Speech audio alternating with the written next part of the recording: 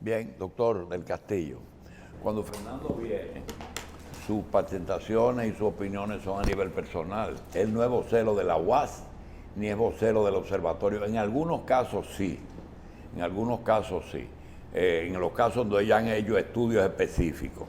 Pero a mí particularmente no me importa, pero hay mucha gente que le dice que no le gusta que le pregunten de quién tú eras en las elecciones y cuál es tu posición. Vamos a asumir que el observatorio es un observatorio y que Fernando es un observador. Yo quisiera que él observe la situación actual, que consiste en que muchos de los miembros del Consejo de Estado que conforman este gobierno están atentando contra la estabilidad del propio gobierno. Tú coges y aparecen unos pronunciamientos raros, como son las conminaciones por trabajo, las posiciones frente a los impuestos. Es decir, no hay solidaridad con ningún tipo de medida que el gobierno está tomando. Y además, mucha prisa para que tome las medidas.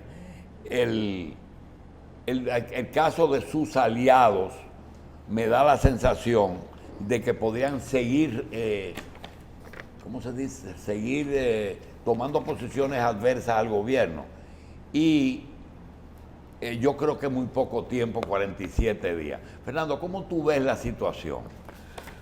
Doctor, yo escuchaba sus reflexiones hace un rato y yo sé que están marcadas no solo por el corazón y el ánimo, sino por una conciencia que usted tiene de las cosas, que puede uno estar o no de acuerdo.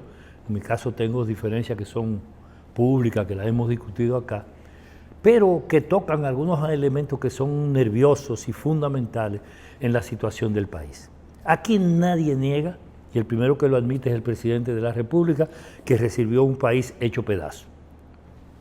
Una economía en una situación absolutamente difícil, con un agregado que no tiene que ver con país, sino que es un problema de tipo global, que fue la pandemia y el impacto que esta tiene, independientemente de buen manejo o mal manejo del gobierno pasado y de este mismo gobierno, pero que tienen la economía y la vida del país. Y evidentemente que nosotros asistimos a un momento de cambio político con instituciones absolutamente desmembradas, con muchos grados, con un alto grado de desarticulación, con ineficiencia al pecho y con conflictos incluso con el marco jurídico legal del país.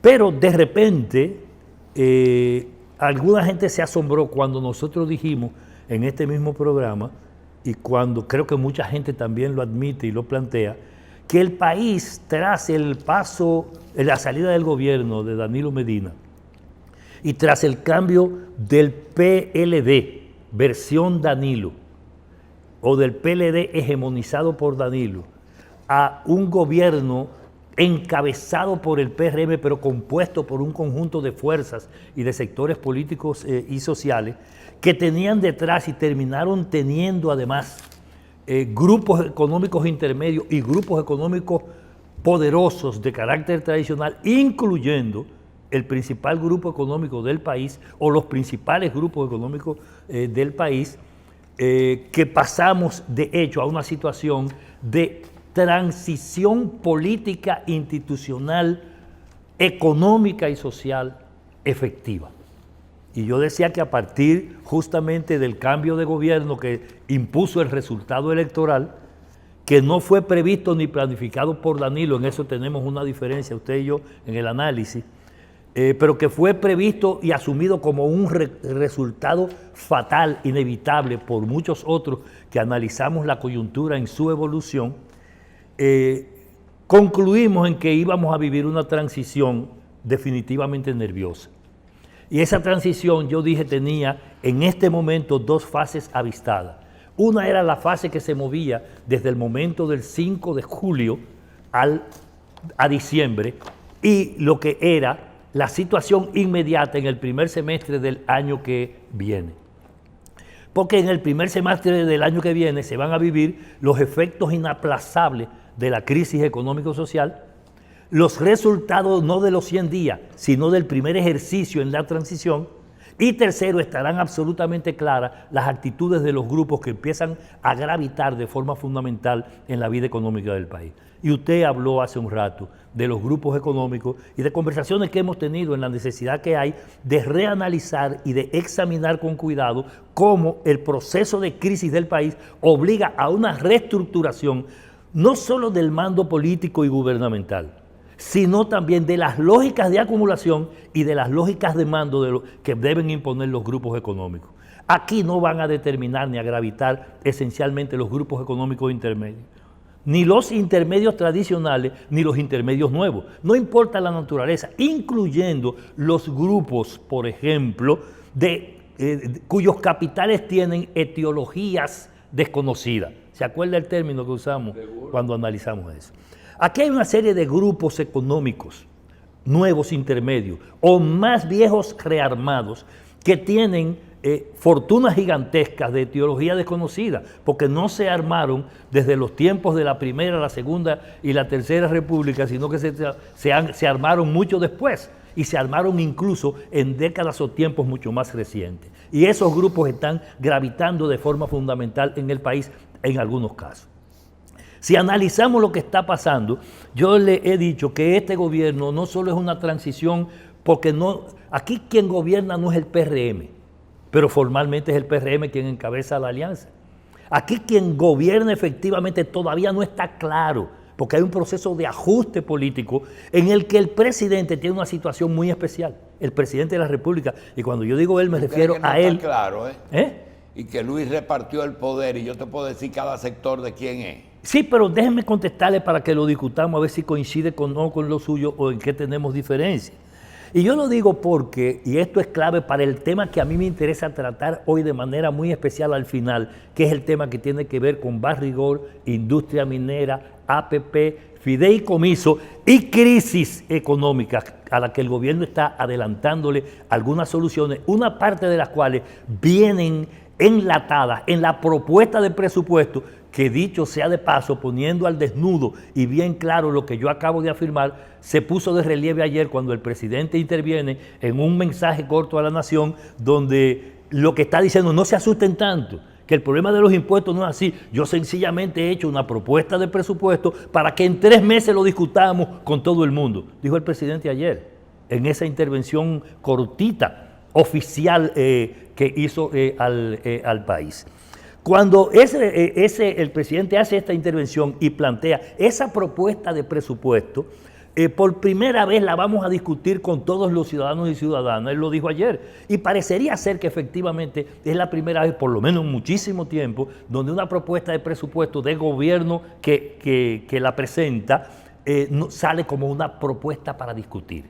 Pero la propuesta para discutir no fue cuando se hizo el proyecto de presupuesto. Cuando se hizo el proyecto de presupuesto, sencillamente se planteó el presupuesto para mandarlo para el Congreso para que ahí se apruebe. Cuando él dice que hay que discutir es porque hay una reacción nacional de país bajo 2 consignas al mismo tiempo, 2 consignas juntas que le describen el cuadro político de la nación. Número 1, la primera consigna es se van. Eso reapareció en el país y fue incluso tendencia en redes antes de ayer y ayer. Eso no es casual, eso no cae del cielo, eso no lo armó el que armó ¿Eso no es el PLD? No, eso es el país, esa es la calle, con actores que intervinieron en el proceso pasado para salir del PLD, incluyendo al propio PRM.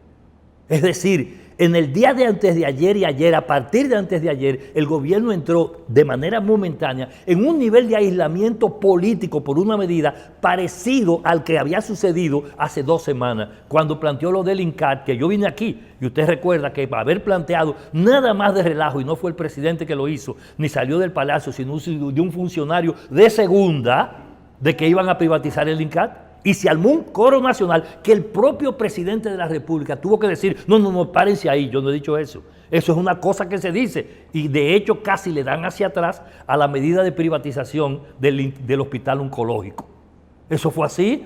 Eso yo estaba aquí en el programa, lo conversé con usted, doctor. Y ese problema acaba de suceder ayer. El presidente no dijo, no, ese presupuesto nomás dijo, no, espérense ahí. Ahora, ¿qué han hecho? Han hecho un juego. Y el propio presidente se puede estar prestando para eso, lo cual sería muy grave. No solo para una gente que en el marco de las encuestas está por encima de todo. Así empiezan casi siempre los presidentes en los últimos tiempos y al poco tiempo todo se va a pique. Parece ser que las cosas se pueden ir más a pique en el tiempo, de manera mucho más rápida que lo que ha ocurrido en momentos anteriores. No se olvide usted que el presidente dijo ayer, no dejemos de tomar en cuenta que el presidente dijo ayer, el presupuesto tiene 3 meses para ser discutido. Ahora, ¿qué quieren que discutamos?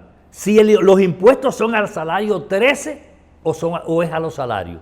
Si los impuestos son regresivos o son progresivos. Si el impuesto es al ciudadano común y al consumidor, al del pueblo que no tiene nada, que ha sido afectado severamente por la crisis y al que le han prometido que a partir de diciembre tampoco va ni fase, ni profase, ni media fase. O sea que todos los programas de asistencia que vienen desde el gobierno pasado, que este gobierno mantuvo, terminan en diciembre. Eso es lo que se ha anunciado oficialmente. Terminan en diciembre y le están prometiendo a la gente que además le van a aumentar los impuestos. Pero nadie ha hablado de impuestos a la ganancia, doctor. Nadie ha hablado de impuestos a la ganancia. Nadie ha hablado de rediscutir el tema de Barrigol, de renegociar un contrato leonino como ese. Nadie ha dicho hay que acelerar la búsqueda del dinero robado. Que todo el mundo admite que los robaron. Es más, hasta los que los robaron dicen que los robaron. Y aquí no hay ninguna iniciativa en ese sentido. Todo se está dejando bueno a lo que diga la justicia. Aquí hay que seguir el debido proceso, es verdad. Ahora, lo cierto es que este gobierno el gobierno de Luis Abinader ha estado actuando, y yo lo quiero decir, mírenme la cara, Julio Jacín. Yo creo que de hecho, la forma en que opera la transición política y cómo funcionan los grupos de poder económico, fundamentalmente esos grupos articulados no solo al sector eléctrico, sino a resortes fundamentales de la economía dominicana y que gravitan de manera esencial sobre Junta Monetaria, sobre Banco Central, sobre los órganos financieros y de control del poder económico y financiero del país, son los que están determinando y tienen de hecho esos grupos, con el grupo Vicini a la cabeza, bajo secuestro al presidente de la República. Y lo quiero decir con toda responsabilidad, porque lo creo. Y además vamos a los datos. Fíjese lo que ha pasado, lo que acaba de ocurrir con el sector energético. Con el sector energético. La semana pasada, el lunes, el ministro de Energía y Minas hizo una intervención pública donde cuando se refirió a Punta Catalina dijo, el Estado no puede haberse metido y meterse en no estoy haciendo la cita textual, pero sí casi textual, en una inversión tan grande como la de Punta Catalina para salir y vender la empresa de una vez. Yo no digo que no venderla nunca. O sea, él no habló de que eso nunca podría ocurrir. Él dijo hacerlo ahora. Y cuando él plantea eso, está absolutamente claro que el problema eléctrico tiene que ser afrontado de una manera distinta a la lógica de la privatización right now, como dicen los muchachos ahora. Al otro día en la mañana, en el mismo programa, el ministro, el superministro de este país, estoy hablando, el Danilo de Leonel al principio de gobierno, que es macarrulla para Abinader. Ese superministro hizo un programa al otro día y dijo exactamente lo contrario a lo que dijo Antonio Almonte respecto de Punta Catalina. Es más, fue mucho más franco y mucho más claro. Y cuando este hombre habla, no habla en nombre del gobierno nada más. No habla a nombre del presidente de la República, sino que habla de hecho a nombre del grupo económico al que ha servido toda su vida y todo el mundo sabe quién es y qué ha hecho y cuál es su rol. Y cuando usted ve cuál es la medida que después de esas dos intervenciones se toma, es que se crea ese gabinete especial del sector eléctrico, que le pone, que encabezado por el propio Macarrulla, y en el que participan una serie de personas que cuando usted le busca el pedigrí se da cuenta cuál es el rol que han jugado en el proceso de privatización, en el problema de la captura de la propiedad pública y de los recursos del Estado, y de manera especial el papel que juegan en el sector energético. Y entonces usted dice, pero ven acá, ¿y qué busca en esa comisión especial para manejar el problema energético, uno que me dirigió AES, o de los que dirigió AES, que es más, de los que maneja el tema jurídico de AES. Una de las APP de este país que se puede decir que ha mostrado eficiencia porque logró revalorizar por lo menos las acciones que ahí tenían, como es el caso de AES. Pero él fue, ese que tú mencionas, fue administrador de la CDE. No, pero no solo de eso. AES, no de la CDE. Yo le estoy hablando de eso. Pero ¿a quién yo estoy ponen? de Celso. ¿A quién ponen? Sí, ¿a quién ponen ahora en los consejos directivos de las EDE? Cuando usted lo busca, entonces usted dice, bueno, ven acá. Quien fue consultor jurídico de AES ahora es el vicepresidente ejecutivo de las EDES. Yo estoy hablando de cómo me lo experimentaron en el sector privado y los roles que me jugaron y me los convierten en jefes de la empresa pública que me la quieren privatizar de nuevo. Aquí hay una protoprivatización, de hecho, en camino y en proceso. Y además, yo le voy a decir más. Si usted agarra y dice, pero búsqueme entonces a quienes ponen en los consejos unificados, y usted va a encontrar el Banco Popular está ahí. Apellidos H, por ejemplo, sí, Banco Santa Popular. Luis, Pero usted no solo va a encontrar eso, sino que usted va a encontrar la presencia de personas y de sectores que buscan ese proceso. Por eso es que el observatorio no está en el Consejo. Usted, no, porque no le corresponde y tampoco lo aceptaría, y además es un problema de la universidad. Ustedes aceptaron que estaba en la discusión de cuando se discutió el pacto eléctrico. Pero una cosa es participar en un proceso de discusión pública nacional donde la sociedad civil de verdad y la que no sea de verdad participa e interviene discutiéndolo. Ese es otro tipo de cosa. Ese es otro tipo de espacio de discusión como el del Consejo Económico y Social que estuvo en ese momento regenteado, dirigido y controlado por Monseñor Agripino. Cuando usted ve entonces qué es lo que está pasando y dice cómo se conforma esta comisión y ve cómo se conformó el Consejo de las EDES, los convirtieron en una, lo cual era correcto para acabar tanta burocracia y habrá que ver cómo terminó todo de ordenarse, ¿verdad? Pero convertir 3 consejos en un solo, eso es correcto. Lo habíamos demandado en el pacto eléctrico. Pero cuando usted pone al frente de eso a este tipo de personas, no solo por la procedencia y al margen, no es un cuestionamiento ni personal ni a sus capacidades y sus calidades, sino a lo que representan socialmente y lo que han significado para la vida del país, entonces usted se da cuenta por dónde anda el gobierno. Pues yo le voy a decir más. Cuando usted a eso me le agrega un fenómeno como el de las APP, en febrero de este año, yo lo dije, que aquí lo discutimos hace poco, doctor, en febrero de este año se proclama la ley de las APP. El gobierno cambia en julio. No había ni reglamento. Esa ley, el gobierno la entendió tan bien, la comprendió tan rápido y la asimiló de manera tan oportuna, con grandes comillas, que no solo se hizo el reglamento, sino que a la velocidad del rayo se comprendió la ley, se hizo el reglamento y se pronunció como una centralidad de la política pública de este gobierno. Y las APP, por eso en el Observatorio de Políticas Públicas se hizo recientemente una discusión que se fue transmitida por medios suyos de manera inmediata, donde personas oficialmente activas en el Fondo Monetario Internacional dijeron lo que significan las APP para el fondo y donde nosotros expresamos nuestro análisis de esto y para qué servían y la relación APP-fideicomiso e incluso APP-fideicomiso, cadenas de beneficiarios reales y otra cosa importante que es el problema origen de los capitales, como la falta de transparencia,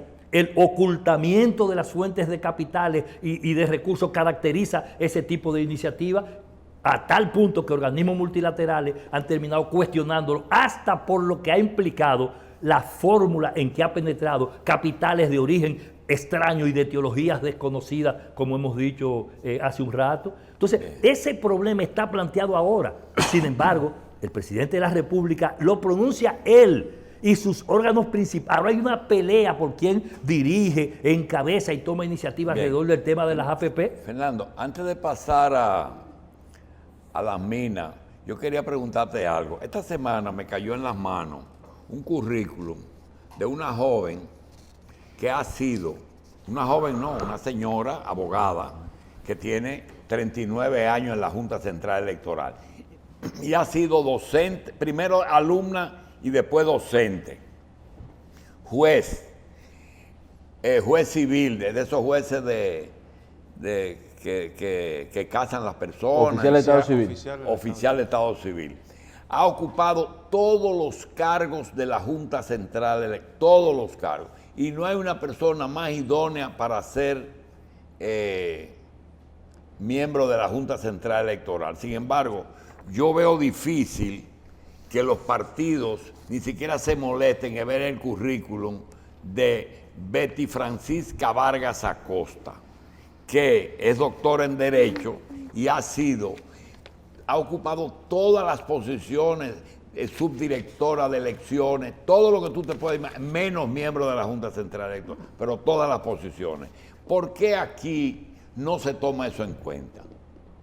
Y los partidos lo que quieren es poner su miembro, el que lo benefició en el Tribunal Superior Electoral, el mío. ¿Por qué eso ya no se descontinúa? Yo debo decirlo con muchísimo dolor por el problema de la suerte del pueblo de este país, de la nación y de sus instituciones, que por lo mismo que están pasando otras cosas. Yo quisiera referirme y dar la respuesta a partir de ejemplos negativos. O sea, en un país, y ni siquiera conozco la persona, ni siquiera el nombre lo sé, pero yo sí sé que en este país a mucha gente con capacidades y calidades, por el hecho de no estar colocada en los circuitos de la politiquería y de la sinvergüencería, no se les toma en cuenta. Pero aquí los está buscando el que le tiene tirria al PLD. No, fíjate como Miriam eso, porque Tirian no lo tiene, pero ellos suponen que ella tiene resentimiento. Pero no le ponga ese tono, porque entonces se va un poco lo del corazón suyo a un análisis que tiene que ser más objetivo. No es a lo que tiene que ver con el PLD, es el desprecio por la institucionalidad de este país. No se olvide. No había más nada. Óyeme, no se olvide, no, eso es lo que quiero decir. Es un desprecio por la institucionalidad, no es por el antidanilismo. Es el desprecio a la institucionalidad, probablemente es el anti-Leonel. Al final de la jornada termina siendo hasta el anti-abinaderismo, porque es como lo contrario a todo lo que es lógico y que es correcto. Doctor, aquí se hizo la reforma del 2012 de Leonel Fernández, y antes de los 3 meses ya Leonel la estaba violando y llamando a que se violara. Porque la institucionalidad que interesa es la que me conviene desde el punto de vista de los intereses que yo tengo o que represento. Aquí hay 1000 formas de resolverlo. Yo le voy a decir una cosa. No había otro ingeniero para encabezar el INAPA. No había otro. Tenía que ser el que se puso. Había que cambiar la ley para poner a una persona. Tienen que poner familias enteras a ocupar los puestos públicos. Porque no es que no tengan la capacidad y la calidad, e incluso hasta los méritos, pero lo mucho hasta Dios lo ve. Hay que tener cuidado y delicadeza para las cosas. Cuando usted ve todos los nombramientos en que han metido esto, comenzaron incluso, y yo lo referí en alguna ocasión aquí, a propósito de un nombramiento que lo adelanté en Interior y Policía. En Interior y Policía, justamente. Justamente ahí donde se hablaba de una persona que tenía expedientes públicos. De eso lo callaron con otro escándalo más, porque siguen la misma lógica y con otro nombramiento más. ¿Cuántos embajadores, cuántos viceministerios, cuántas cosas están aquí que a la gente se harta? Y este pueblo que viene del hartazgo ahora, que salió de un gobierno por eso, asumió la posición de cuestionar las cosas, por eso precisamente que hace 2 días se ha convertido en tendencia eso de se van de nuevo y de no impuestos. Se ha metido el país en una lógica diferente. ¿Cómo es posible? Es una falta de sentido proverbial, el del mando político del país, cuando se mete la nación en esa lógica. Están juzgando de nuevo ¿a qué? A la inestabilidad. Este es un gobierno que surge con una oposición mayor que la que tenía el PLD casi al salir. Sí, porque son su misma gente. No solo su misma gente, todo lo que se opuso y salió del danilismo, comenzando por la calle, por el ciudadano común, por la gente común que protestó. La gente no protestó para que le pongan impuestos, no protestó para que protegieran a los ricos, a los supermillonarios, no protestó ni fue a la calle ni votó la gente para que se mantuviera el clima de impunidad, para que no se respetara la ley, para que no se reconformaran las instituciones públicas. La gente votó y salió del PLD por otra cosa. Y si el gobierno de Abinader viene a repetir lo mismo, entonces no solo va a ser un himno nacional el que se vayan, sino que va a ser un himno en el país que va a generar una situación con instituciones débiles, con dificultad, va a generar una situación en que, óigame, de esta transición que estamos viviendo ahora, que no se sabe dónde vamos a estar, Danilo, a una transición real hay que ir. Que se fue un gobierno malo, pero no tan malo como mucha gente se piensa. Se sabía quién venía, pero ahora no se sabe, comenzando lo que puede venir. No, doctor. Pero yo vuelvo y le digo, deje un poco el corazón. Tú no puedes poner una bomba deje el corazón en el avión que tú vas. Deje el corazón a un lado y los ojos de la racionalidad. Aquí el país necesitaba salir de la porquería en que estábamos. Y necesitaba para una cosa que se dijo. Por ejemplo, ¿quién es que dice que yo hablo con el corazón y tú con el cerebro? Es al revés, Fernando. Vamos a la percepción. El presidente de la República dijo, y está grabado, cuando le preguntaron, estaba en un carro, en un vehículo, en una entrevista que le estaban haciendo, si él entendía que debía ponerse más impuestos. Y dijo, no, todo lo contrario, los impuestos hay que bajarlos.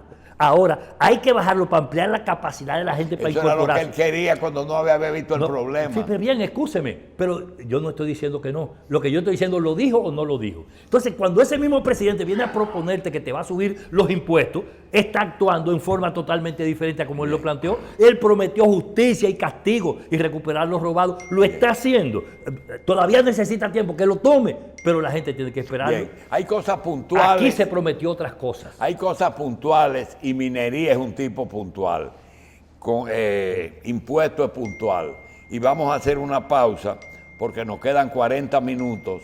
Antes de irse a la pausa, mire, el gobierno en su presupuesto está hablando de que necesita vender activos estatales por el rango de los 1.500 millones de dólares. ¿Activos estatales? Así es. ¿Eso es privatización? Así es, eso es privatización. Qué romántico. Pero no solo eso, eso equivale a una cantidad igual de dinero, más o menos igual a la generada por empresas cuyas acciones incluso revalorizadas, como el caso de la DEA, están planteando ser vendidas. ¿A quién están planteando ser vendidas? Cuando usted dice, ¿es de quién es?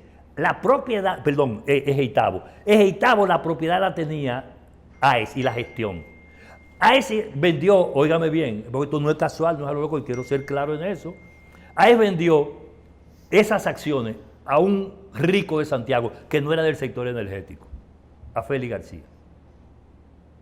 Ocurre que si usted vende ahora las acciones del Estado, ahí, las acciones que estoy hablando, si usted las vende, que no necesita eso tener otro tipo de cosas, porque AES es una sociedad comercial. Y si usted convierte esas acciones productivas y las vende a otro, vende a quien la compre, a quien tiene que a quien tiene que vendérsela, ¿cuál es el primer postor? Eso no es de que al que más dé.